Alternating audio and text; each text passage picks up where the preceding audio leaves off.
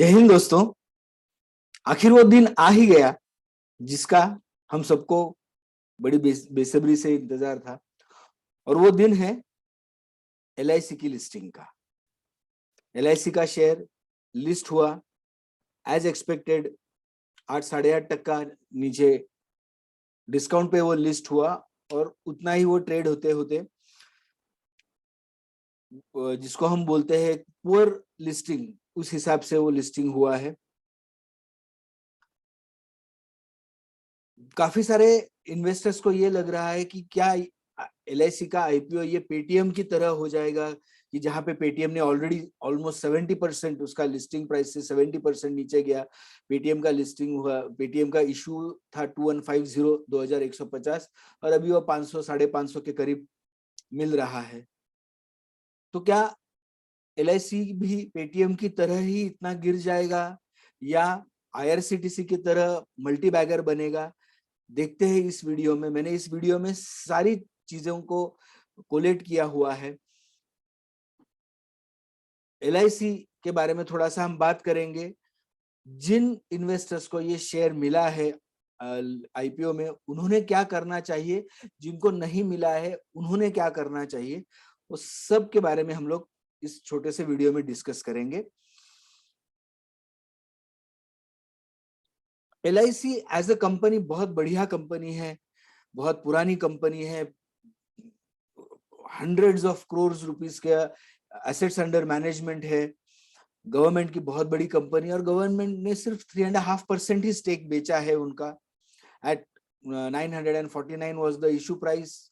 Retail investors को 40 rupees, और जो पॉलिसी होल्डर्स है उनको 60 रुपीज डिस्काउंट दिया था। ये एक बहुत बढ़िया कंपनी है, बहुत बढ़िया प्रॉफिट्स अर्न करती है, इसलिए गवर्नमेंट को बहुत बड़ा डिविडेंड भी आज तक वो देती आ रही है। तो it's excellent dividend paying company. जैसे जैसे इंडिया ग्रो होगा, जैसे जैसे इंडिया की इकोनॉमी ग्रो होगी, we are looking at becoming a $5 trillion economy. तो जैसे जैसे इंडिया बढ़ेगा वैसे वैसे ये कंपनी भी एक नेचुरली ग्रो होने वाली कंपनी है। बहुत ही बढ़िया एक्सीलेंट मैनेजमेंट है, कैपेसिटीज कैपेबिलिटीज बहुत बढ़िया है। They have been very smart investors, जो उनके बहुत सारे पॉलिसीज है, पूरे इंडिया में ही नहीं ऑल ओवर द वर्ल्ड बहुत बढ़िया रीच है। I know so many non residents who still buy insurance from LIC itself. तो एक बहुत जबरदस्त कंपनी है। पॉजिटिव्स के बारे में बात करेंगे तो और भी पॉजिटिव्स है, पर कुछ नेगेटिव्स भी हम थोड़ा सा डिस्कस करेंगे। सबसे बड़ा नेगेटिव पॉइंट यह है कि गवर्नमेंट कंट्रोल। सिर्फ 3.5% का शेयर्स डाइल्यूट किया है गवर्नमेंट ने, इसलिए गवर्नमेंट का बहुत बड़ा स्ट्रॉन्ग कंट्रोल रहेगा। हमने पास्ट में भी देखा है कि जब भी कभी किसी सेक्टर में, किसी कंपनी में अगर कोई बहुत बड़ा प्रॉब्लम होता है, तो always LIC has been asked to step in and bail out. IDBI की केस आप देख लिए, बहुत सारे केस है, यस बैंक है, बहुत बहुत सारे केसेस है। So LIC is also saddled with some bad loans.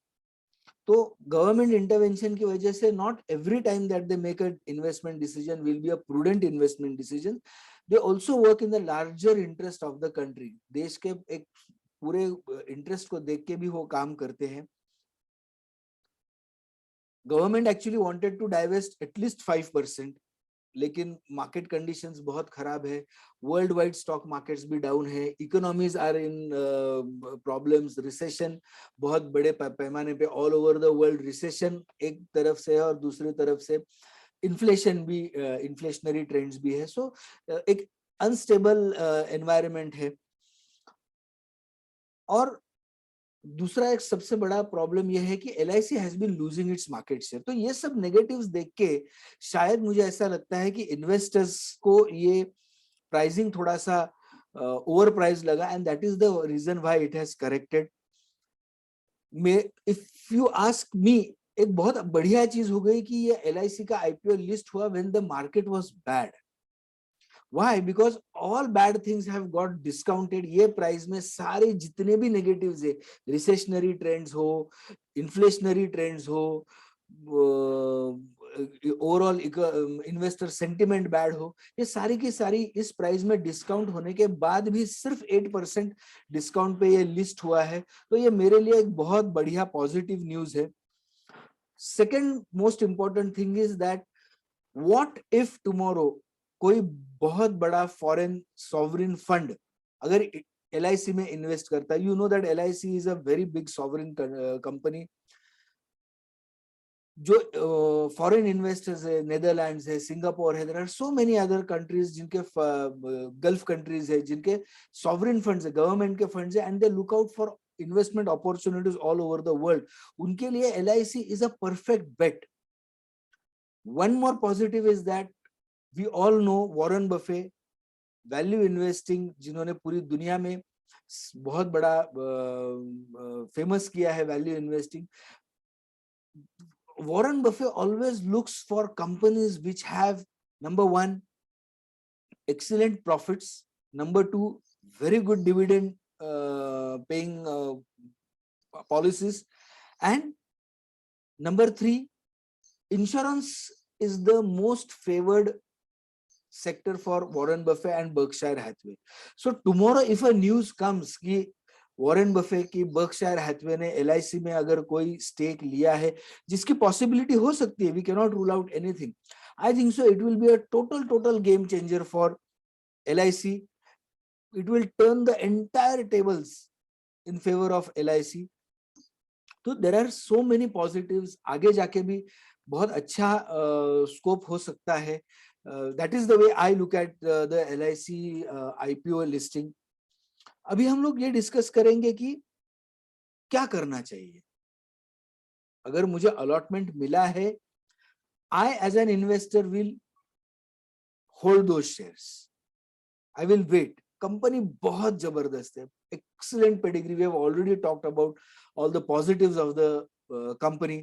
बहुत जबरदस्त company and at a price of 900 and sub 900 rupees, it's not a bad place to be in, especially when we are a growing economy. And though the market share, LIC का market share गिर भी रहा है, फिर भी LIC will be in the most dominant position. So जिनको मिला है they can continue to hold. अगर यहाँ से और करेक्ट होता है, एवरी 20, 30, 40 रुपीज अगर नीचे जाता है, तो थोड़ा थोड़ा करके उसमें हम लोग इन्वेस्ट कर सकते हैं. अगर किसी ने अप्लाई ही नहीं किया या अप्लाई किया पर उनको IPO में शेयर्स नहीं मिला, उन्होंने क्या करना चाहिए? अपना रिस्क रिटर्न प्रोफाइल देख के आई think so that LIC should be in the portfolio of every long term investor. यहाँ पे मैं शॉर्ट टर्म इन्वेस्टर या ट्रेडर्स के बारे में बात नहीं कर रहा हूँ. I am talking from a long term investment perspective, at least 5 years, 7 years, 8 years, 10 years.